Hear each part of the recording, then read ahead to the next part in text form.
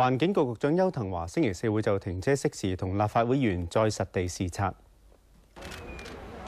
立法會正審議停車熄匙條例草案，邱騰華同埋議員早前實地考察，業界強烈要求，例如係夏天唔使停車熄匙，甚至係豁免公共車輛。邱騰華話：今個星期四會再同議員到學校區同埋公共交通交匯處等地點考察，收集更多意見。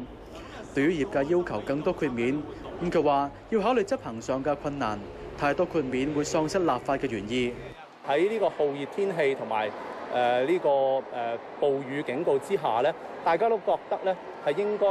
就住停車熄匙有一個全面嘅豁免。用舊年為例咧，呢兩種嘅天氣情況咧已經佔咗係有57日。另外一種意見咧係法案委員會提出咧，就係話喺呢個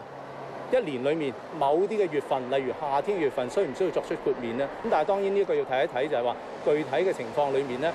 會唔會同嗰個立法嘅原意有所違背？佢希望實地考察完成之後，有助議員盡快就停車熄匙達至結論。無線電視記者黃家俊報道。